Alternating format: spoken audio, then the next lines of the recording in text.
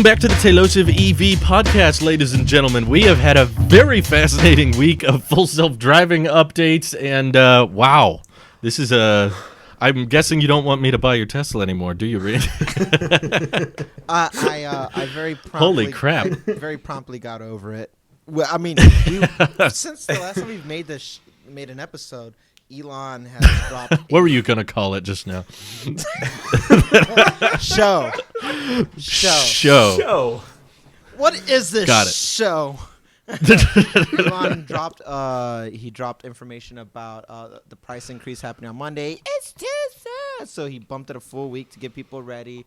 To which I was like, okay, big whoop. And then this morning I watched a 15-minute video of it in full effect. Tesla Raj. Shout out to Tesla Raj. Bravo. I teared up. I was like, You teared up. it's beautiful. That was really impressive. When he, not gonna lie. The fact that he was annotating and he was doing commentary, he's like, oh, and it's actually aggressively trying to get to the far left lane to make that left turn. I'm like, yes, that's what. The way it peaks on the corners. Yeah. Yep. To like see if it's clear. Yeah. Oh. Yeah. I'm like, that's so human-like. It's bizarre. It's And uncomfortable. the Amazing. stop sign, it handled the four-way stop well. Like, wow. Everything about the beta is everything that I want it to be, and so I guess this proves. I guess this means I'm right about the last You are step. always right, Mr. Randy. About the last thing was it. What are you right about? Making the turns, like what was keeping it back and being, a full self-driving, and the last hurdle was making those turns and stuff like that. And watching how it's doing those turns, it's I ponder of something great. What if you remember the part where it was showing the pedestrian and it did this part? How will it behave in a scenario? My skepticism is New York City. How will it behave in a scenario where you have people who have no regard for human life crossing the street the way that's my ultimate test. That is the I need to see it in New York City. I need to see it in downtown Manhattan, and That's like master level It'll be FSD. pretty easy these days with the lockdowns and whatnot. I'm pretty sure Manhattan's empty. I think it'll have a lot harder time turning because it's going to wait for it to be clear. But I imagine right now probably not very good. But I'm just excited to see that they're already doing it, and I know that as they roll this out, they're all going to be training each other through the neural net, and that means that they're going to be doing turns across the globe better and more often than any other self-driving software, that's for sure. And the come get me feature stays to the right lane now, Instead of just like parking it's diagonally. kind of sad in the because when middle I of did the it with road. you guys, with Drew in the car, I remember almost steering it, and it was moving to the steering, which I felt was very cool, and I'm sad that won't be a thing anymore. But but at the same time, we were in a very specific controlled environment where nobody was around, and we had that type of flexibility. Sure. And maybe the Tesla will know that in those situations. But in a part where it's like it's time to leave, like the school parking lot we were in, what if it knows it needs to get on the right side? I like that it's contextually aware. right, exactly. Yeah. And it's only going to get better. Do you like the UI of all the dots and stuff, or would you rather that be just a developer thing? Neither. It is distracting, but what I have right now is too limiting. I don't like the UI that we use because, as I've shown you guys, pinching out, even though you can go pretty far back and you see this tiny little dot, and that's your car, it only shows you still the same things that you'd see as you're punched in, instead of all that data that you could theoretically have seen. And I want to keep the cleanliness of that UI, but take away all that extra stuff that I am indifferent about. I understand, okay, so that's a curve, and we're going to color code that as a curve. Okay, I get that. And these are the cars, and show me. I understand what it's doing, but all that information happening at once, and it's right there at your peripheral, would be distracting for me because I caught myself when I was watching the video, I caught myself being more focused on the screen of all the data that's being presented than the actual road itself. And I didn't do that not as a spectator, but I did that as a driver, knowing that I do that sometimes too. I'm like, that can be problematic for me, just because I would be more interested in what is the data seeing, and I'm fact checking the data, and I don't want to do that. So give me like a hybrid of the two. Yeah, I agree. What do you think, Nick? Do you prefer the new UI? I think we need to blend the two. I do like being able to see all the data. You know, like knowing, oh wow, it knows this is a line and that's a bike lane, and it knows that's a curb and that's a tree and that's a stop sign and that's a car and that's a pedestrian. That's kind of cool. But it doesn't look like it's finished. And I think that's kind of the idea they're going for, because they want people to be so careful with it. I say so many times, this is a beta, keep both hands on the wheel. The car will make the wrong decision at the most inopportune time, and you must be ready to take over at any time. And I think as long as they have that kind of a level of like, take this very seriously, still promoted, they're going to want to keep the UI looking like it's not finished, because I think that's one of the mistakes that they made with the original autopilot. Like, it looks so clean and finished, right? Like the current, you know, it doesn't do as much as the beta model, the beta full self-driving. But the current version, it looks so clean. You see like all these beautiful cars on this white background with the lines, and you can see the turns in the road, and it's like very clean and professional. And I think that makes people subconsciously think they can trust it more than maybe they should be. And jump out of the driver's seat. Exactly. Or, you know, take a nap or, you know, whatever. Yeah. Okay, fair enough. I agree with both of you. I think an option would be good. I like options, like a little toggle if you like the colored lights, because I think there is something kind of unique about it, allowing you to see all that data in real time. But I totally get it. It is kind of distracting, and it doesn't look. Times, but then, like, day to day, it's just make it one of those Easter egg things, like the Rainbow Road or just a little setting. But I agree, for the mainstream, the current UI looks a lot more finalized and clean. And if it was just the current UI, except it did all the same FSD Beta stuff, I think that would be pretty dope. This feature in itself is incredible. I won't take back what I said about robo-taxis, though. Ooh. I still haven't changed my mind on level 5, but this was just the exciting part of FSD I was looking forward to. Like, I still, like, I mean, I did a video about why I don't think level 5 autonomy is necessary. Like, Tesla will do great and they will dominate the market without it. And I got a lot of feedback of people saying, well, you know, like, humans aren't that good at driving either, and we make mistakes all the time, so it doesn't have to be perfect. It just has to be better than a human. I disagree on that point personally, because a human can be penalized. A human, we can take their license away, or we can arrest them when they do something stupid, or can charge them. It's very difficult when you start putting the control of the car on software, which is now being used across potentially millions of vehicles. If one of them messes up, I don't think it's going to be that easy to just, ground all of them. So instead of doing that, where they just, anytime robo-taxi makes a mistake that could potentially lead to the loss of life or potentially severely damage the vehicle, who do we blame now? Is Tesla responsible for that now? Instead, governments are probably just going to be wanting to see extremely, extremely rigorous testing to ensure this is not just better than the average driver. It has to be 10-fold or 20-fold better, to the point that even like skilled drivers couldn't be as safe as the robo-taxi. And I think we're a long ways away from that, because there's so many contextual things that humans can do that software still can't, and it will get better. I have faith in that, and I even have faith that we'll reach level 4 in the next year or two. Especially as in, with like, this update.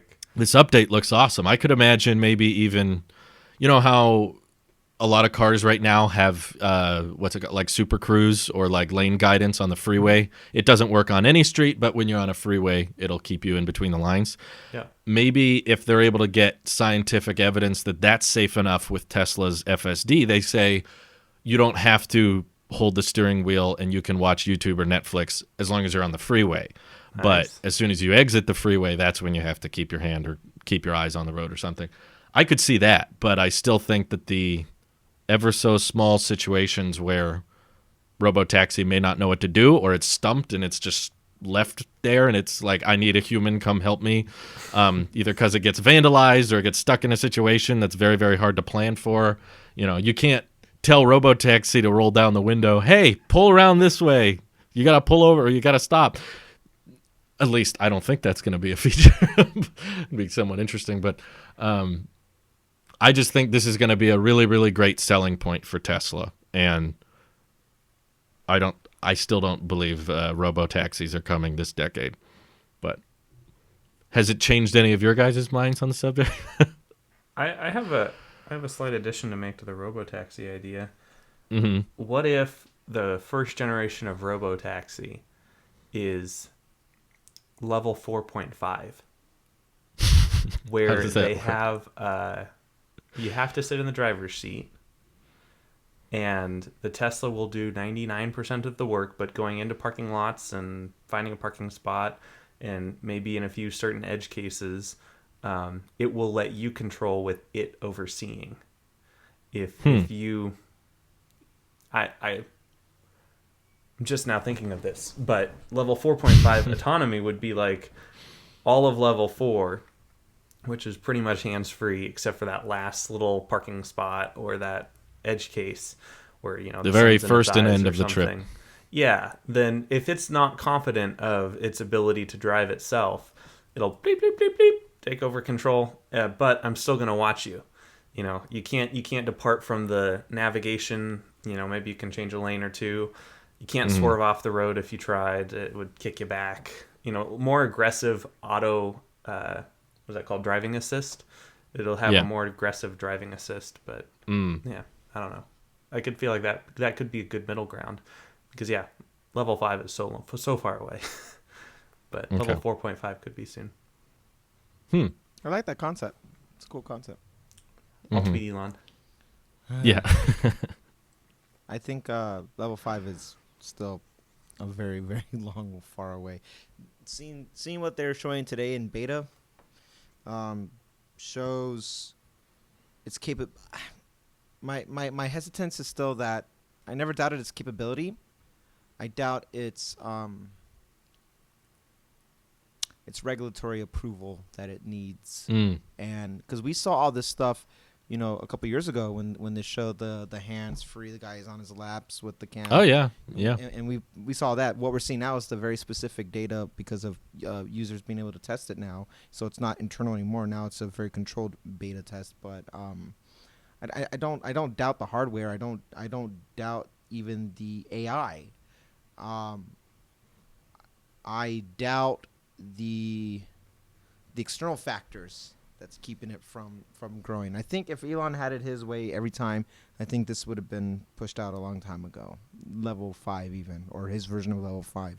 I think there's a lot of things that I think I will always have a certain level of doubt about level 5 because there are just some things that the human brain does better than a computer. Like anticipation and prediction when it comes to something that's happening and studying behavior on the road. And I don't think an AI can, at the end of the day, like it is a computer. And if the AI is smarter than us, I think there's going to be a regulatory control over it to not let it get that way. Because then you're just one step away from Cyberdyne Systems and having Terminator walk around and do all that stuff, or Transformers and stuff. At that point, I feel like we will always be in a situation where, when it comes to actions, the human will have to have the overall superior command, as opposed to being able to let the car just figure it out. Because I think what you said, Drew, a couple of weeks ago, or maybe even longer, like a computer can't fear death. And that is what you keeps can us program it to, but it can't. It's not, but it's artificial. It's artificial. Mm-hmm. It doesn't have a true fight or flight instinct. It doesn't have a need to survive out of fear, where a human. Tell that to Wall-E, though. I mean, Pixar film. Yeah. I feel like No, that was a historical documentary. Didn't you watch that? was that what it was? From the future. From the future in the Pixar theory. Well, universe. I would agree. I don't even think it's so much fear of death or that human drivers will always be better. I think that there will always be worse human drivers and there will always be better human drivers. I think, though I do agree with the external factor viewpoint, is that on a sunny day in California, I bet robo-taxis could work 99% of the time. And that would be great and all, but the government can't just allow for 99% of the time. They're going to be concerned about that 1% of the time. And there's external factors such as weather, such as what happens if a bug dies on front of the camera, or a leaf or something, or a bird poops on top. It's rare, sure, but if a bird poops on my car while I'm driving it, I can still see. I can still drive, and I'm smart enough to be like, I can pull over, let me get out of the car and clean it off. And I don't see robo-taxis being that versatile. Did that bird go to Taco Bell? I mean, it's sounding like a pretty... No, I mean, you might try, I don't know, hydrophobic coating. You could put in as many precautions as you want, but there will still ultimately be a huge trail of situations where the car is unable to help itself and it needs a human to come help it. And it's just going to be pulled over on the side of the road with the blinkers saying, hey, I need a human, come help me. And Elon's talking on Twitter about how, yeah, I mean, theoretically, you'd be able to summon the vehicle across the country, across like several states. That's kind so of he's thinking, dream, but I agree, it would be amazing, but I'm just thinking of the legal issues with something that complicated of like, I have a car in Florida and I'm in California and I want to be able to tell it to come get me from that far. Is just like, oh man, do you know how many things could go wrong? And yeah. What happens when a robo-taxi gets in an accident and its owner is out of town? What goes on there? And even if it's not the robo-taxi's fault, even if it's someone else running into it, how other people react to it. Or my example that always comes to mind is vandalism, because I deal with internet trolls all day, and I know how people. I know, right? We all do. I think. Who watch this show though? No, you guys are all perfect and lovely, but I think seeing how people behave on the internet, if the governments decide that, okay, it's fine for cars to start driving themselves around with no one in them, it will not take long for someone to be like, I'm going to take a nice big piece of flex tape and slap it right over the front camera sensor on the robo-taxi as soon as it's activated and just watch and see what happens. And if it is trying to, common example, someone needs a ride from the airport. They get out of the airport walking to the street. I'll hail a robo-taxi. Robo-taxi drives up. Vandal comes up with the tape, slaps it on the front. Now it can't see. It's parked there. Or maybe you could argue, well, they could peel the flex tape. Okay, spray paint. Spray paint over it.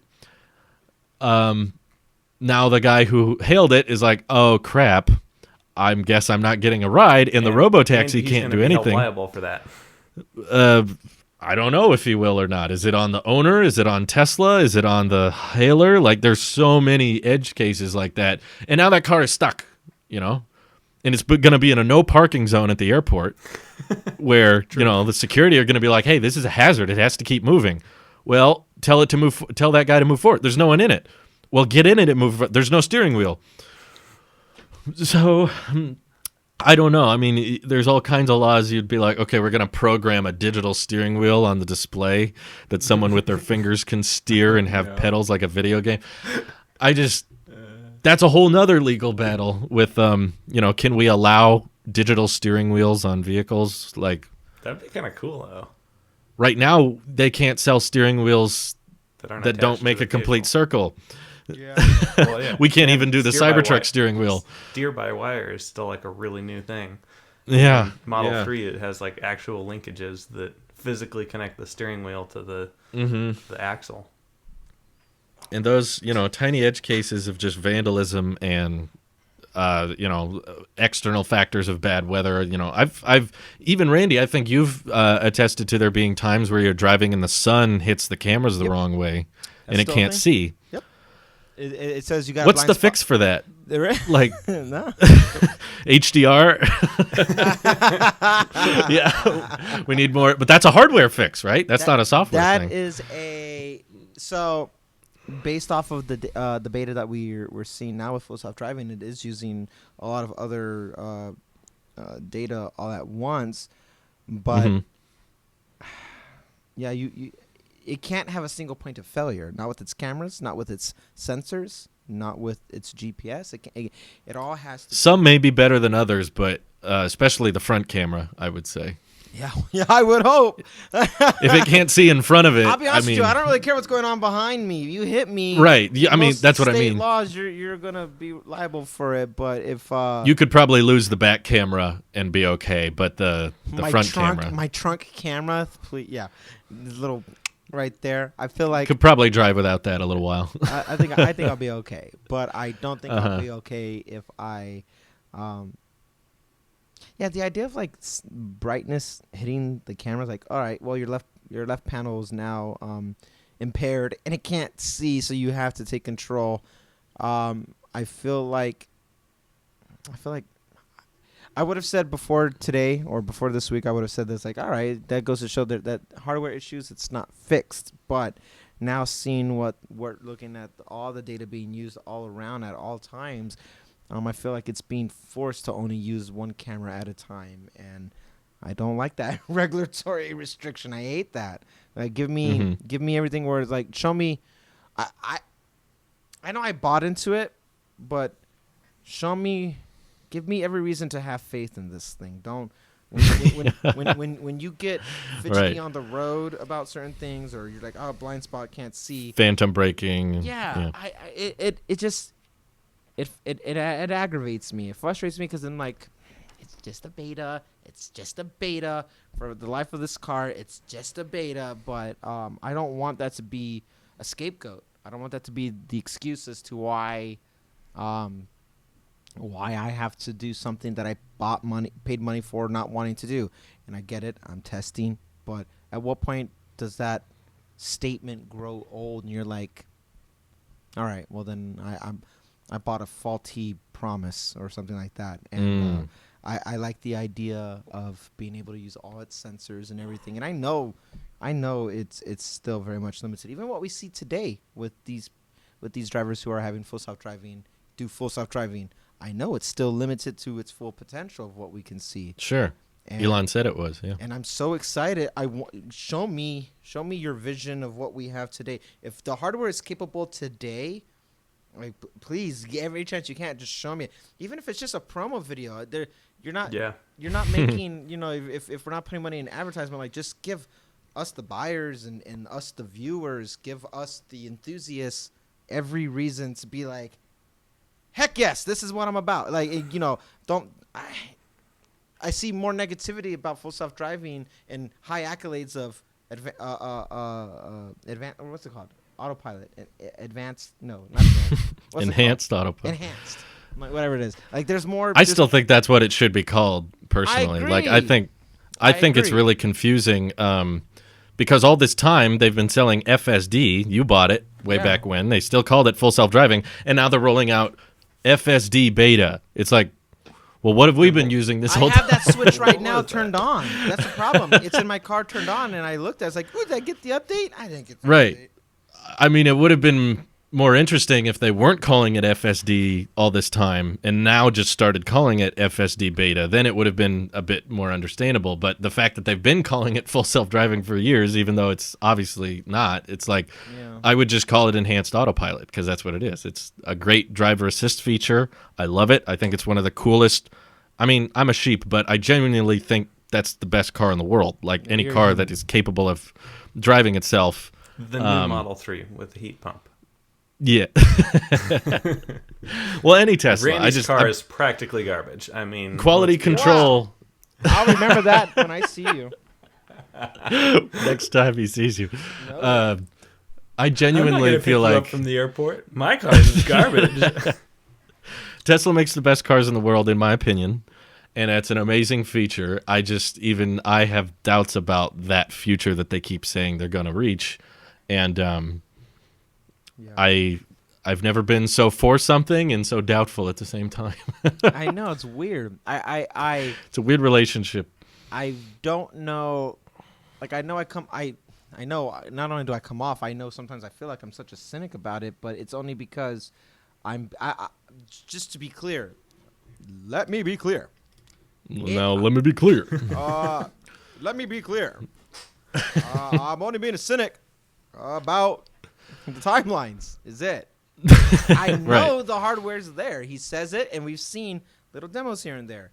I'm just a cynic about the timelines, and I don't want empty promises. And if Elon's like, all right, we're raising the cost again. Every time you put out a new part of full self-driving, and now the cost is going up to drive sales. $10,000. It kind of frustrates me because you're still buying enhanced autopilot. Because right now, like I bought the package and I don't have the beta yet. Would you feel better, Randy, though, if you bought FSD and it was just how it was and it never got better? I imagine no. Yeah, I mean, I'm trying to understand. I'm trying to find an answer to say right? That's not that. No. what I'm. He's like, I'm trying to disagree with you. No, I'm trying to find a reason why would I say yes? Like, oh, just keep it what it is. No, I'm. What it is, it's that the beta's being rolled out, right? But not everybody has it, and every time there's an increase of something that you already bought into, you're upping the cost. And you're putting it on the pretenses that's like, well, look what's being put out. That's still technically a beta. You haven't changed anything. You're just unlocking more. It's still the beta. I'm not buying version 2 or version 3.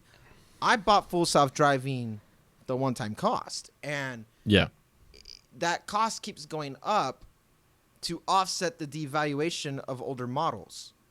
I don't care what anybody says. Partially. That's my stance of business. As fine, like cool, like if that's good business, it keeps the value. You're artificially inflating the value of the car, but are you really? If you're going to give something that wasn't there 6 months ago on no car, then there's an argument to be had there. But that's what's happening, and I know I can sell the car now and get a pretty decent return on it. I'm not getting my full money back, but I would get a higher thing than any other car. Period. And I'm okay with that. Is a good thing. I'm not saying that's a bad thing. What I kind of like about is it's the same full self-driving that we all have across the board. And the only thing that's changing is you're releasing more. And so you're going to call it an early adopter package then? Or maybe naming needs to change. I bought the 20, I think that's the main issue. Because it's giving this. So many people ask me about it who aren't owners, but they kind of follow it, here and there. That when they hear about the stuff, because it's going to make headlines and stuff, they'll ask me about it, and then they get confused. To which I'm like, it's getting closer. So they're releasing the cost. So they're like, all right, so then what's the cost of full self-driving? Then what's the real cost? I'm like, this is the real cost. And then why is it going up? It's because it's. And I understand that there's a disconnect that's happening. They want to know what's the final cost going to be. Is it really going to be 6 figures like Elon's saying? Because if it is, I don't think it's worth it. I don't think anybody would pay that. Maybe for the roadster. I think he was insinuating that's what the value of it would be, but not pitch. the. Now he's being a car salesman right there, and that's your sales pitch. He's been a car salesman for over a decade. But wait, there's more. 0% Yeah. Well, the real question is, what does feature complete full self-driving cost? Because that, if it's worth it, that depends on the person. And Tesla, I think, very wisely knows that the closer they get to achieving it, the more demand there's going to be for it.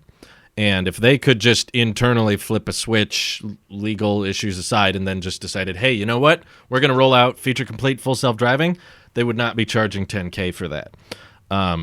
Because they know, rightfully, that no one else on the market has anything like it, especially as an over-the-air software update. I mean, Waymo doesn't even sell cars.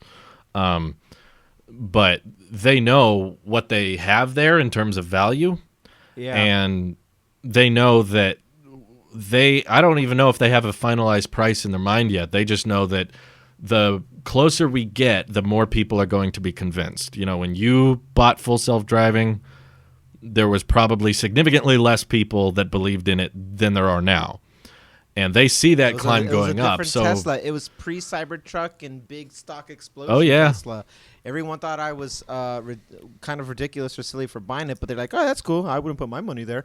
And I'm like, "All right." And now everyone's like, "I should have bought one. I should have bought one." Well, it makes me wonder. Like, I mean, we were always asking ourselves, how can they keep raising the price? There must be not enough people buying it, right? If they raise it too high, then not enough people buy it. But here they are, and they're still doing it. So, do you guys think people are still buying it, or? I think so. Yeah, I think imagine you, Drew.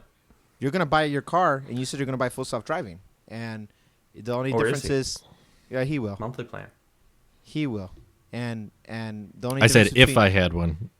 but when you buy one, you will get it with full self-driving, and the only difference between you and me is that mine only costs $6,000. It's the same full self-driving, and that's why people are still buying it, because my entry came sooner. That's the only difference, is that I bought it sooner.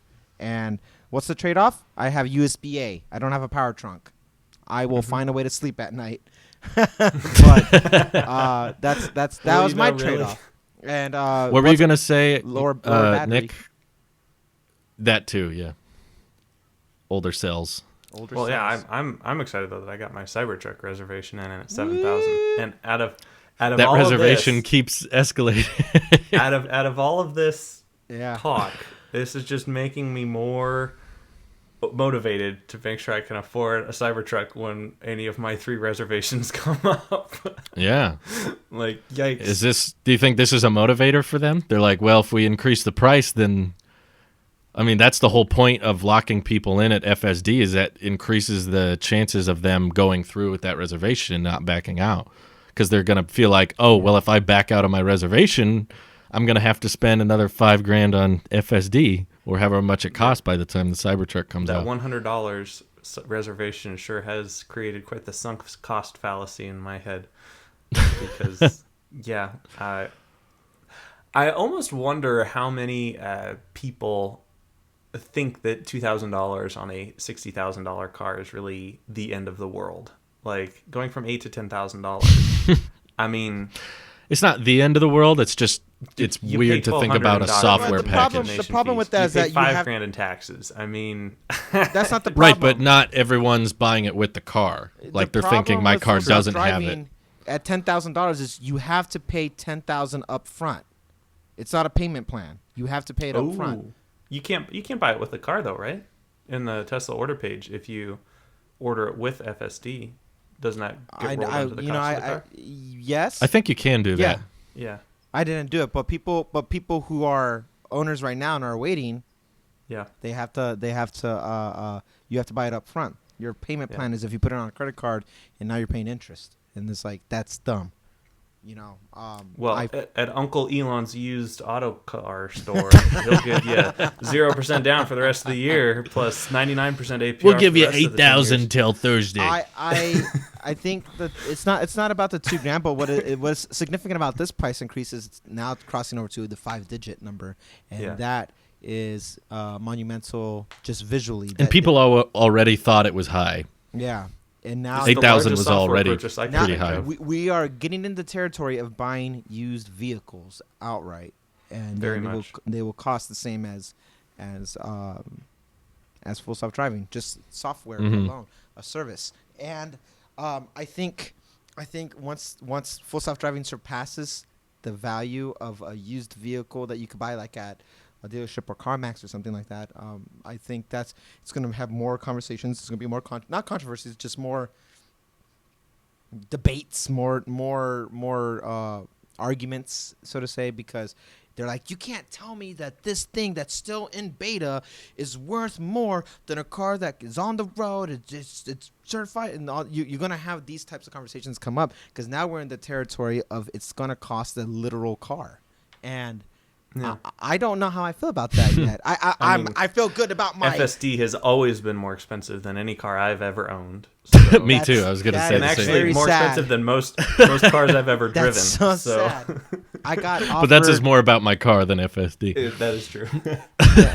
I think when you that's also true. I think when when full self-driving, if full self-driving eclipse the actual cost of the off-market Model 3 new, I feel like that would turn heads in a way that this is worth more than the car, or this is going to cost more than the car. Worth is subjective, but this is going to cost more than the car itself. I could just see the the pitchforks and the torches. Oh yeah, people are already angry right now because it's about to hit 5 figures. It's because every time they do this, it's the highest it's ever been. It's like some people are expecting it to go down for some reason. I don't know why, but I think they're expecting. I think people are expecting. And maybe they don't even know this out loud because I didn't even think about this until we said it now. That I think they're expecting to hear like, what's the final cost? Just tell me the final cost. I just want to know what the final cost is. Well, I think a lot of people are confusing the two because I see a lot of people say, I thought Elon and Tesla wants to make more affordable cars. And I always have to preface and say they want to make more affordable cars, not more affordable autonomous cars. Exactly. When it comes to autonomous cars, they just want to make them of some kind. Yeah. And similar to the Roadster and the Model S, when those first came out, they know that when you're first and that when you're the only innovator in that market, you start high margin and then you work your way down. And Elon's even alluded to that. He's like, long term, probably other people are going to figure out how to do FSD. They're going to take a lot longer, but they'll eventually figure out autonomous driving, and other people will achieve that. That's why we want to be the best at manufacturing over all else. So even he acknowledges that one day they won't be the only ones to offer it, and when that day comes, they'll probably price it accordingly because it's built into every car. So it's the investment made in the software is already made. If someone comes out and says we can offer Tesla FSD like autonomous driving, but for $9,000, then he'll pull a 69 420 like he did on Lucid and be like, oh, ours is $500 cheaper than them now, and price them out of business if they want to. But that's not going to happen for a while. I think the real money will happen in the energy sector, not the. Oh, always. Not the actual manufacturing of the vehicles. Like they'll make their money. They can price them out that way because they're going to make their money on the energy. They'll make it on the supercharging networks, on the solar panels, and the battery cells if they were to sell them, outsource them. And stuff all the biggest companies in the world are usually energy companies. I mean, you may disagree, but personally, like I'm pretty confident that they will continue to sell their vehicles with a profit margin, even if the customer doesn't buy FSD, right? Yeah. Totally. Can we agree on that? Say it again. They will always sell it at a profit? They will always sell their vehicles with a profit margin, even if the customer doesn't buy FSD. They're not assuming that you're going to buy FSD. For sure. Right. Absolutely. So that goes towards my point that it's not necessary. Like they're not going to depend on full self-driving for their survival. I don't think. I mean, maybe Elon's crazy, but I don't think they're going to make a vehicle that's like, we lose money on this unless they buy FSD. I don't think that'll work. They know that won't work. No. Energy so, and a tangible product like a vehicle that does, there'll be a profit margin there, and then the energy, the vehicles in the energy business, that's their long-term profit. I don't think anybody makes long-term money off of software because subscriptions. Microsoft, but subscriptions is different. That's not Adobe. That's think about like Final Cut. That does a one-time payment. They're not making money off of that. They're making money. I just mean there are some software companies, that's Microsoft's whole thing. They depend on a reoccurring payment, but then at that point, that's a service. That's not it's not software. Like full self-driving as a software is not the money maker. It is it helps, but it's not the. It's a luxury item. It's just nothing more than a hey, here's a toy. And I'm Elon Musk, and I like to be crazy with my toys. Here you go. Here's a flamethrower. Right. At this point, flamethrower, Randy. Here's not a flamethrower. But no, the energy and the vehicles, and then whatever else they make, that's like an actual product. All should and would have a profit margin in there. I don't think software is relevant about profit margins because it costs nothing to make. It's software. Oh, it costs tons of stuff. It costs tons of money. Way more money to make a piece of software than a widget. But it's a lot easier to scale that software. Oh, yeah, that's what I mean. Physical item. But that's exactly my point. they built out the software correctly by making sure it wasn't hardware dependent. Every vehicle can run the software, and they want to continue to make profits off of those vehicles if people want to, but that's mainly going to fund the software development. It's not like if we don't sell enough FSD, our company will die. I don't think that's the situation. So it is profitable, and they're probably smart to assume that if we have higher profits and we have more desirable cars, then we can invest that money into making better cars. Do you think I would get a 5G signal of AT&T in my car? No. Your current car? Never. Yeah, just checking. Or do you mean on your phone? No, my car. It would probably be slower than the LTE. I'm just wondering what my battery of my car, how much it would degrade if I had 5G in my car. That's the most hilarious thing about the 5G talk is like this allows for autonomous driving. And I'm like, did you know that there's not a single vehicle on the road today with 5G modems in it? And there probably won't be for many years to come because Tesla's like the most advanced and they don't have 5G. Because they don't see the point. They know it's pointless. Anyway, different subject. But yeah, I think they don't need FSD to survive. And they will continue to pursue it, and I think they will continue to have the best FSD over everyone, and I think that will mainly be, the main pivotal arc of the Tesla ecosystem in a sense, the walled garden, you could say, of people are willing, there may be cheaper electric vehicles, there may be some electric vehicles that go further. Right now, not really, but there may be in the future as other companies catch up, but they won't have the feature set and they won't have the software that Tesla does. So that's how I see it. I see it as a similar to how Apple sees their services. It's like important, but that's not what they're living off. Yeah. It's still hardware. I think. I actually think that when it comes to like the software and full self-driving, I think we're going to see variants of it like branch off in some capacity. Once we move away from just like a pro and a light version, maybe, or we kind of have that now. Something that would be more along the lines of like how would full self-driving operate when you're working with an RV or say like the ATV, if there was something you could do with the ATV, if it's all talking within the same network, you would want to make something that's very specific to that product and not just every four-wheeler that would be right. A sedan of some sort or any type of four-door car. And I think it's all just it's pet projects. Like these are all little things that if they work, they work. If they don't, then they don't. But people are not buying Tesla for full self-driving because it's technically not out yet. People are buying it at most on the promise, on the hopes of getting it. But what they're buying it now is because of it being the best EV ever made. That's what they're buying. That's tangible. Best value. It's tangible. There's stats behind it. You're buying a Tesla because of its network. You're buying it because of its ecosystem. You're buying it because of everything that it has that you can utilize today. Supercharging. And on the promise of it getting better tomorrow, which my car and everyone else's car has gotten better today than it was yesterday. That's amazing. You're buying into that. Right. So regardless of what... That sets them apart. Whatever that includes with them being inside it, bells and whistles. No more than changing the lane and...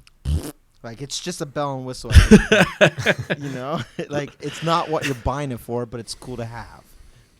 Because, I mean, yeah, we can agree functionally right now it doesn't really allow for much other than just an easy of drive. But you still have to watch the road. You still have to keep your hand on the wheel. So it's not, we haven't reached that point yet where it's like, well, with a Tesla, I can work on the way to work with my laptop out. It's like, no, we're not there. That would be a functional feature that could set them apart, but I don't think we're there yet, and probably won't be for a while. But even just the monotony of like a road trip, like I'm looking at taking a road trip here tomorrow morning. Yeah, and my cheap little car has cruise control, which that is where all of the driver assist functions end. Cruise control, and I guess an automatic. My transmission. wife just mocked me. She heard me go. She heard me go woo to you because of your road trip, and then I just hear back on. It's an echo. Yes. Feminine echo. But anyway, I barely have would cruise love control. to have just even the most minimum lane keeping assist on this, 12-hour. Oh, yeah, no. So it It helps with ease, with convenience. Yeah, I think there's a lot of functionality to be had even with the current version, the non-beta version of FSD. It's all a matter of perspective. I guess it depends on your definition of function. What function does it allow for on a road trip? Function What's that it would your allow definition for of definition? what is the definition? That's a really good question. What is? But my Define definition what? of that would be like the difference between having to keep 100% focused on the road, making sure I'm staying in the lines, to me becoming the captain of the ship and being observant and. But right now, the hand's got to be there still. Okay. Every 10 seconds, 30 seconds, put the hand there.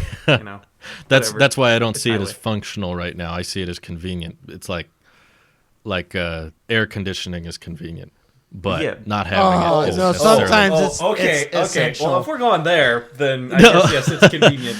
Having clothes what is function convenient. does it allow you to achieve other than just I'm Other more than its comfortable? function, what function does it allow you to achieve? No, I other mean than like its there's a function? difference between I can now work at my desk, like a feature, for example. Your iPhone can AirDrop to your Mac. That's a function. That's a feature.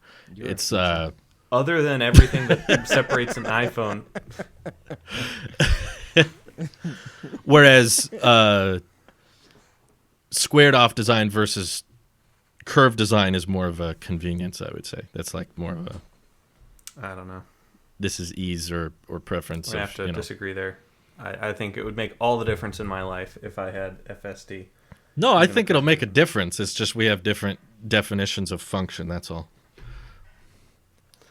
Well, it's I okay don't to be like it wrong. when we fight, guys. Oh, you want to fight? Fight. I just want to throw ideas out there. That's all. I like your Well, ideas. I can't help it that his ideas are wrong, Randy. Okay, if his ideas are stupid and wrong, I know can't this help is that. the Right? this is the wrong podcast and the wrong everything, but I just have to say the Face ID sucks. It needs to be better. On the phone. Yes. No, on his car. It'll learn you. It'll learn you. And no, Give it a in the couple days. I was like, where else is he using his Face ID? No. Are you That'd be not cool, though. listening? If we had Face ID in the Tesla, that would be dope. They could figure that out. Come on. Oh, that's beautiful. The smartphone That would be kinda sensors cool. Like are in really the, cheap rearview comparative mirror. to a car. Yeah. Imagine Well, 'cause- Face ID to authenticate you to start driving. That would be cool. Do they? I would much rather the car look at my eyes than check my hand on the wheel, personally. I feel like it'd be way easier if it was just like, yeah, he's looking, because then I could sit back and keep my hands on my lap or keep my arms folded. Like you were just describing on a road trip, like you wouldn't have to grab the wheel every so often. You just watch. And maybe, you can look away for 30 seconds or so, and then it starts the beeping. I would get those and all you have to glasses do to that show remind my it is look eyelids forward. open, but they're not, and I just be like, And then they'll do that. That'll be the equivalent of the orange in the wheel thing. get a orange, or get one of those clamps that like hold your or at least I have it for Right. cables and stuff like that. And you just Yeah, there's know ways way to too hack much the about this, system. Randy. Huh? It said you know way too much about this.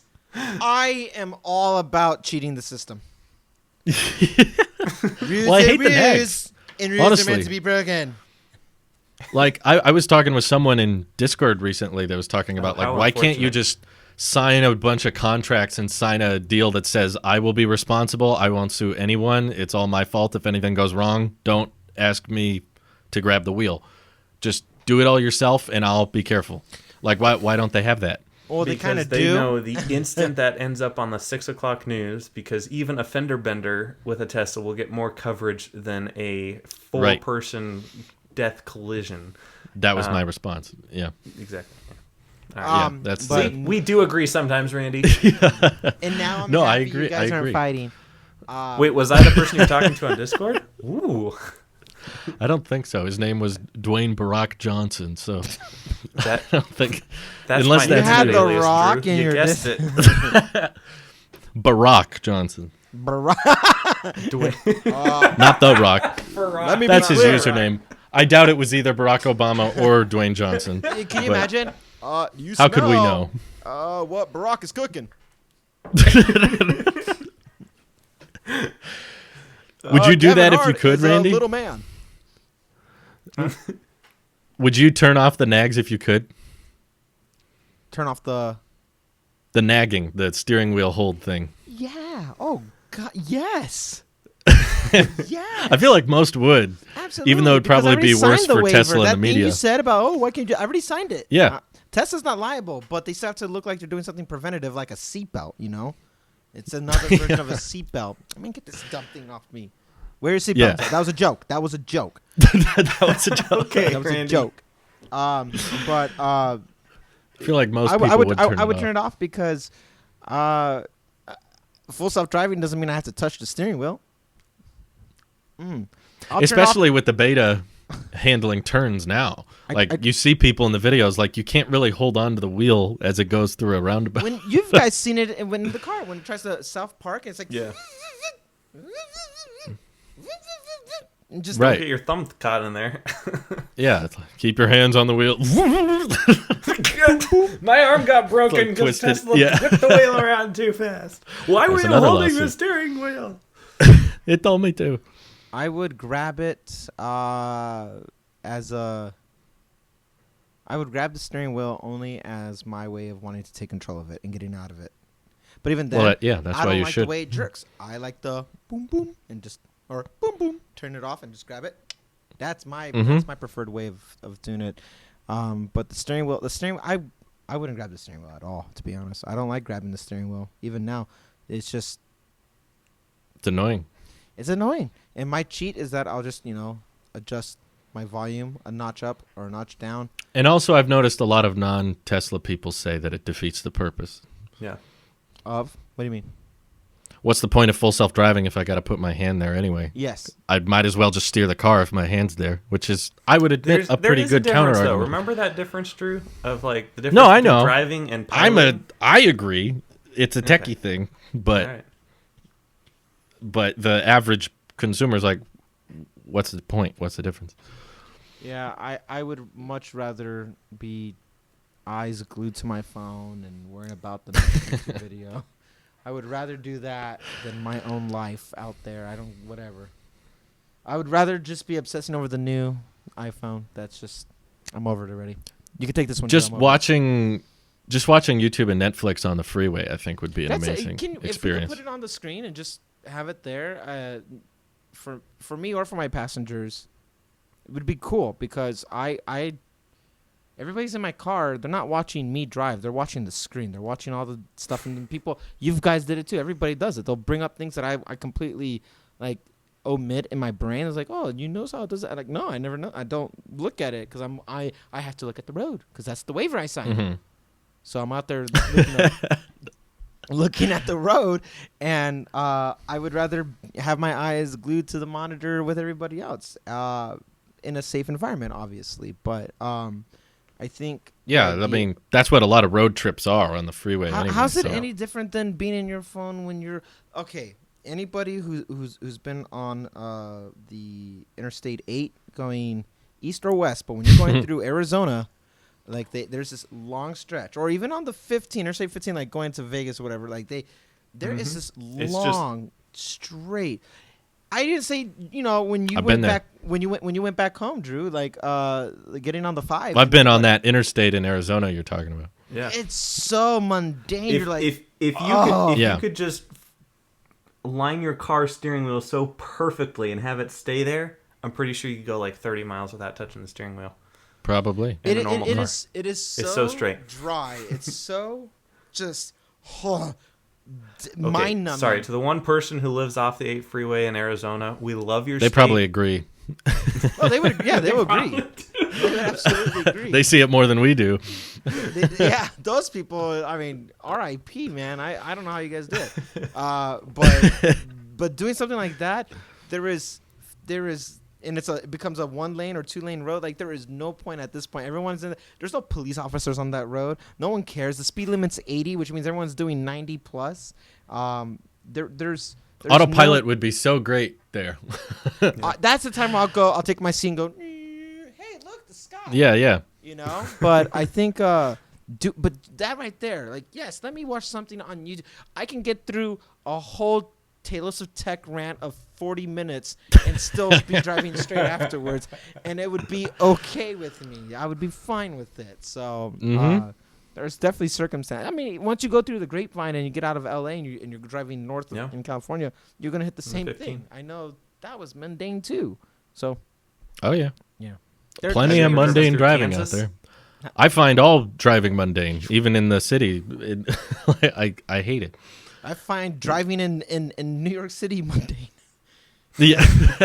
I don't know if that's mundane as much as it is like life-threatening. Driving at its best is mundane.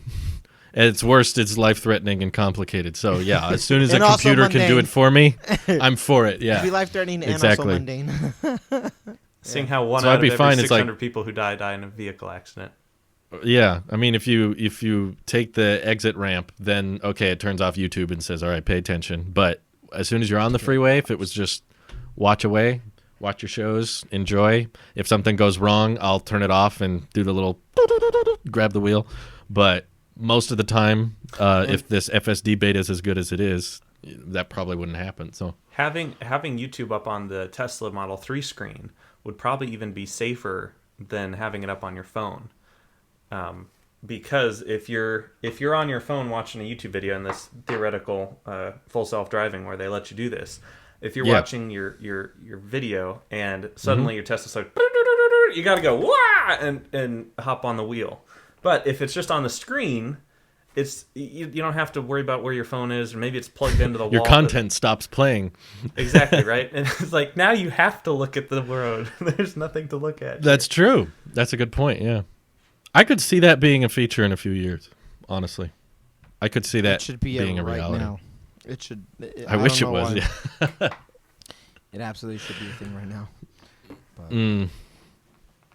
I guess they got to show you your speed, and legally they probably can't do that right now. Just to be like, what if we don't show the speedometer?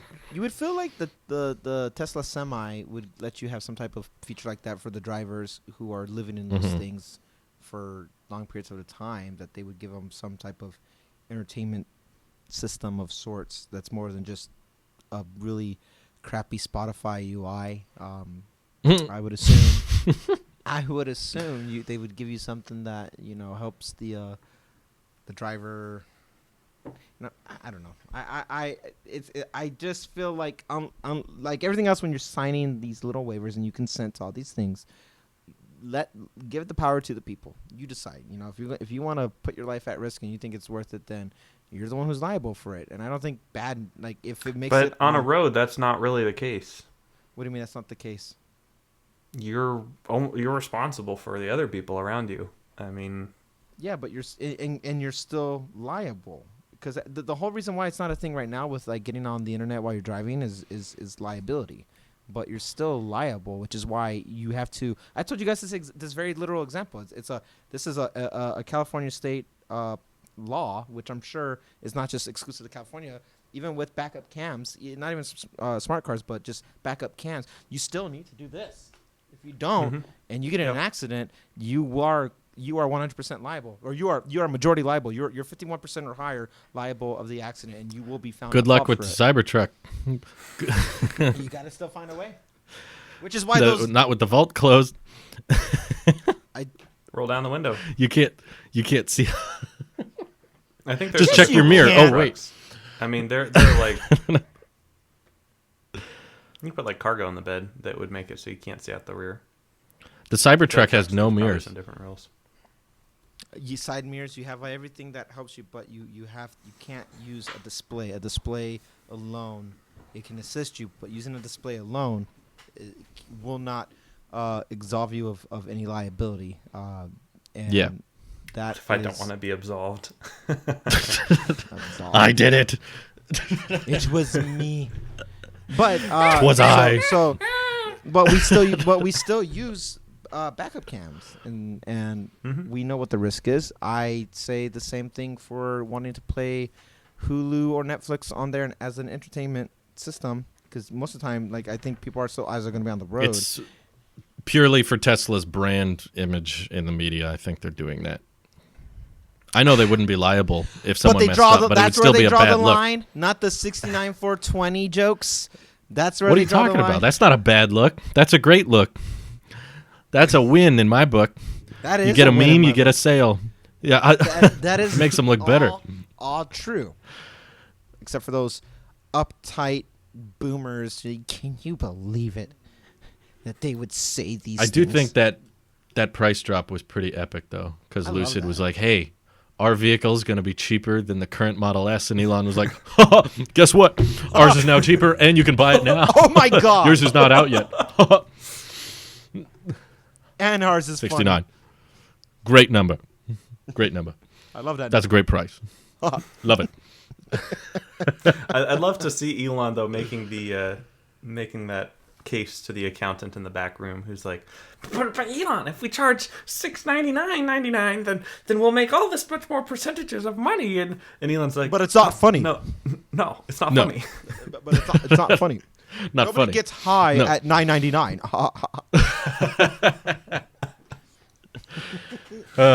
Speaking of competition, did you guys catch the Hummer?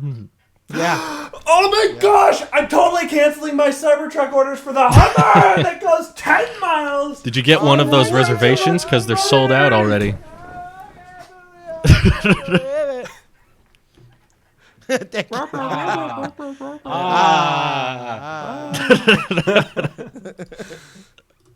Now in unison. I will admit, they brought over the Hummer's great characteristic of terrible efficiency. Exactly. They brought that over from the original. So if you like that about the original Hummer, you will relive that. It's continuing. Say what you want about them. They're consistent. I'm not sure if that's Except a good thing, now but they're electric. Yeah. And now it's a pickup Now truck. they're also a hot mess in the electric vehicle world, not just gas. Making vehicle mistakes in the gas industry and the electric industry. A brand you could trust to be consistent. Wow. Yeah, I think I read somewhere it had like a 59 miles per gallon equivalent, which for an electric vehicle is like the worst ever recorded or something. It's 59. I think it's more efficient to drive a Prius than a Hummer EV. It requires less energy or something. That makes sense. I can see that.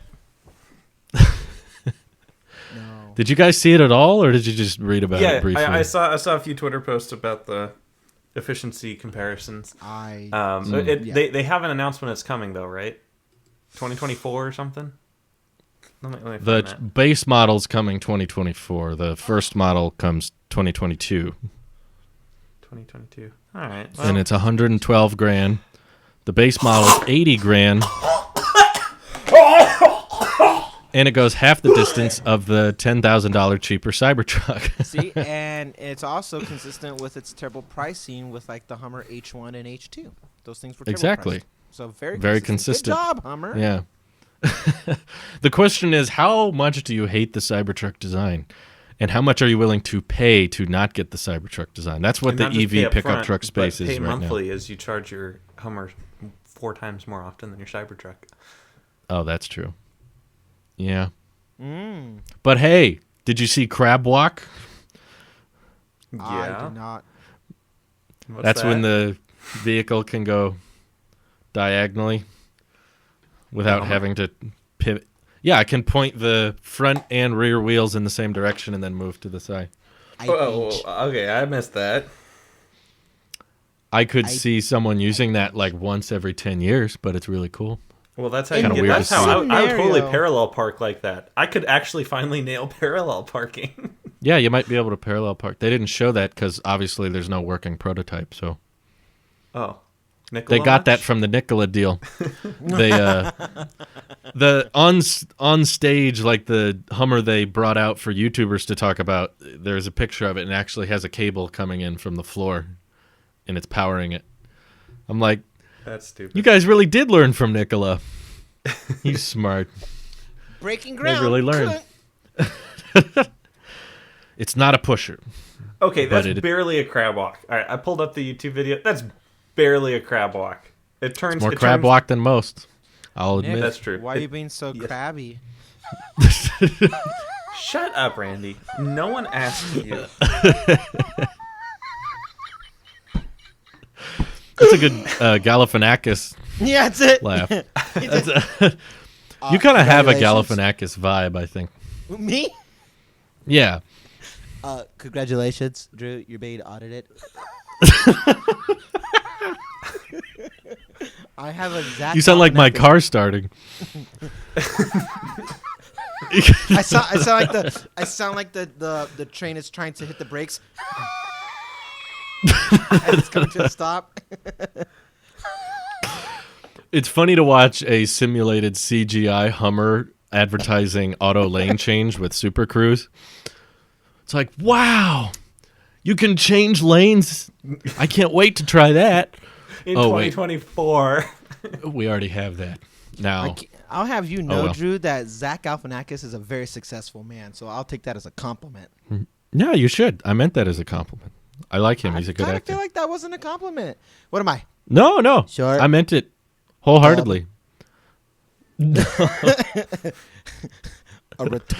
Like good sense of humor. You've got the black beard. You've got kind of the height and the build. You know. Wow. Whoa. Drew. That's more of a compliment to Did you get just tell Randy Galifianakis. to get on a treadmill? I cannot believe you, Drew. Why do you assume I'm against that? I said he had a similar build. That's not a negative. It came off as like a personal attack or something. I think that you took that as attack means that you think that Randy has a bad build. How dare you, Nick? I would never say something like that. I think we just need to end the show. I am so mad at both of you right now. We are really trying to push it to the 1 hour 15. We got 8 more minutes of this. Oh no, 8 more minutes of this show. Hey, we can still talk 7-seater Model Y. We can still talk Q3 earnings and monthly FSD. We didn't even talk about that. Okay. True. We got 8 minutes. What would you charge for FS? No, let me be very precise. Okay, please do. The question is not what do you think FSD should be, or not what do you want FSD to cost monthly. Oh my God, Drew! Give context why you're being so specific. We only spent 2 hours. Because I think I understand the both of you. I know what you want it to be, but I don't think that's what it will be, because if you guys were correct, then no one would ever pay FSD outright ever. And I don't think they want to do that. But what do you think it will cost? Go ahead, Nick. I beat this one. I think a monthly FSD should be in the neighborhood of $50 to $100. Go on, Randy. And why is Nick wrong? Which one of the reasons? So right, Randy, what is your answer, and why do you disagree with Nick? Because real organic conversation we're having here, folks. As the history has always shown, Randy's always right. I rest my case. This is true. We cannot debate with this fact. Okay, I can. You'll lose. Okay, what it should be. Reiterate right now or final form. Next year when it comes out. He said it'll come next year. Oh, that's that 12-month. What are we? Are we saying January? Are we saying November? Sure. Let's say the FSD beta we're watching is available to everyone who paid for FSD. That's out. How much is the subscription? I would say the one that we're using right now, the monthly price should be.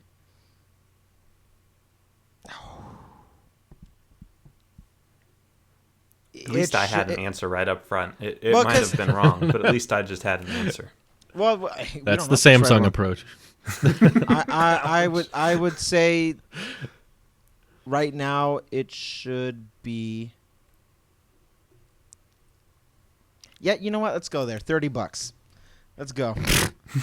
Let's go. I would feel really stupid for buying full self-driving if it ended up costing $30. Well, one thing that we've known is Tesla will cut the cost immediately and do it very quietly, so people who didn't spend all that money will get upset about it. And not on FSD though. They're going to raise it with a week's notice and jump it by $2,000.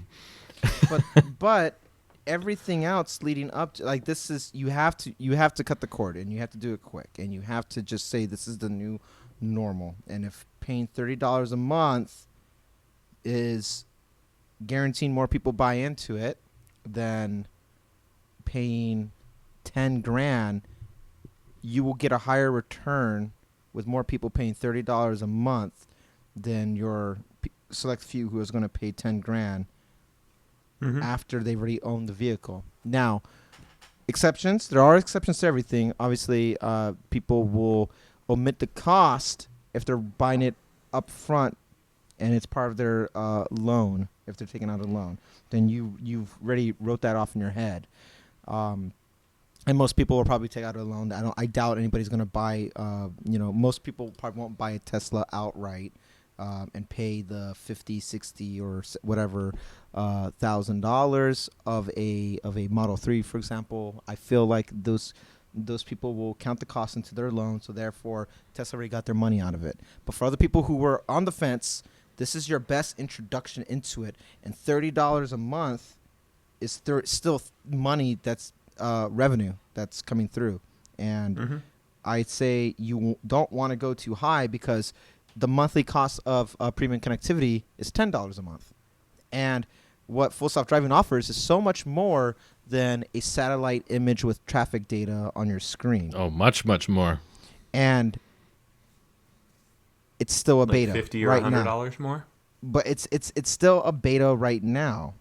And I don't think you want to pay anybody. If you show what you could do right now as a beta, with all the promises of all the understandings of it being a beta, paying $50 or $100 to that to play with something that you're not owning now, of like, oh, this is a set feature, I'll turn it off. You get more people coming in at that lower cost. It's trying to get more customer acquisitions involved at that point.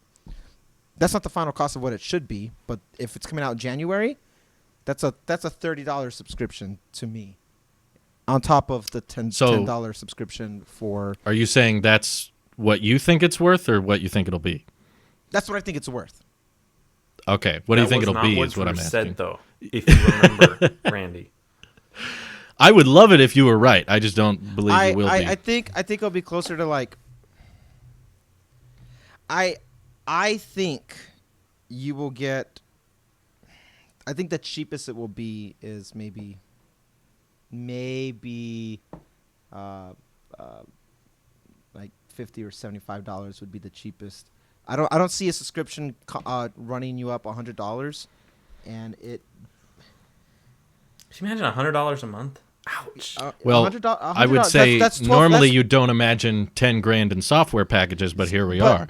But so that's $1,200 a year, and it's going to cost you more to pay monthly than to pay annually, and it's going to cost you more to pay annually than to pay lifetime, and that's on the presumption that you're going to drag it out. Like the thing I've said about EVs and as a whole, or what I'm saying about Tesla as a whole, is it only saves you money the longer you hold on to it.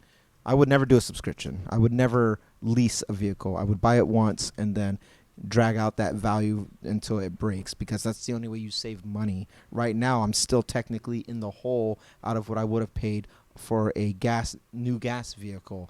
But at some point, my cost savings is going to eclipse that. So, understanding that and not trying to be financially savvy about it, I would say, what's more captivating for an audience who don't really care about stuff like that? And I would say a lower price point to get people to try it out. Please try it. So you've owned this and you never got full self-driving. Try it. It's either that, or they're going to give you like a 30-day free trial, which is still going to. At that point, we're just playing with numbers and offsetting costs and stuff like that. I think the cheapest is going to be somewhere between 50 and 75. I wouldn't be surprised if it's 100, but I don't think people will hold on to it then at that point, which Tesla.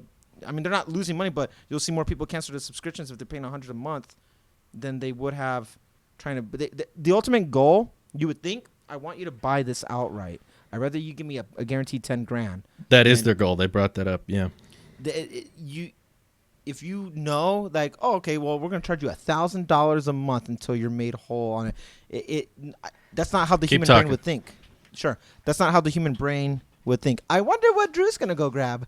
I don't know. Maybe I don't know. The UPS man showed up with a little toy for him. Maybe. Who knows? So, he says it definitely sound. We're hearing his AirPods, and he was just talking to the UPS man, asking about a signature. He got Drew's signature. Wow. Ooh, that is quite a fan. That is a dedicated fan.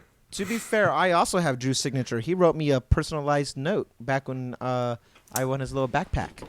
I'll be right back. Oh, you got a note too? Stay on topic. Sorry. I got Randy's signature in my very exclusive here's why you're Randy stamp of approval. At this point, we're at an hour and 15, and Drew just got his iPhone. Speed run. Randy, how long do you think you'll own your car? Quick. How many years? Oh, at least 10.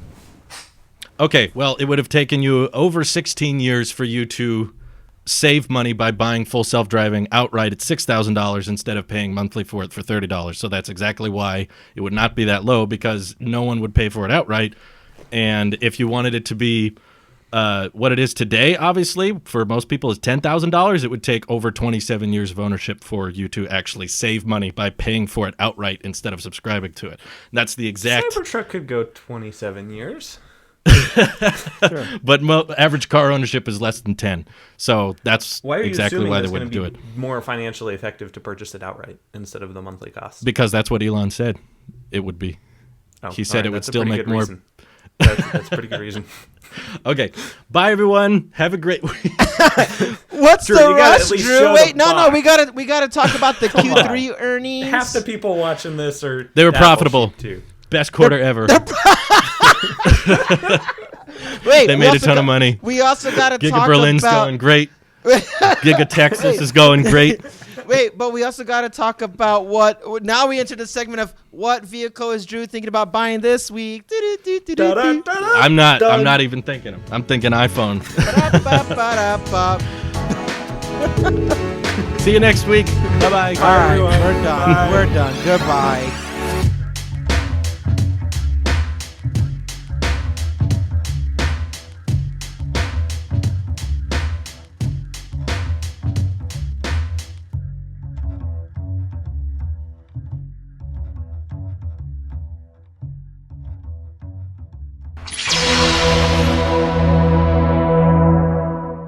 Ba-ba.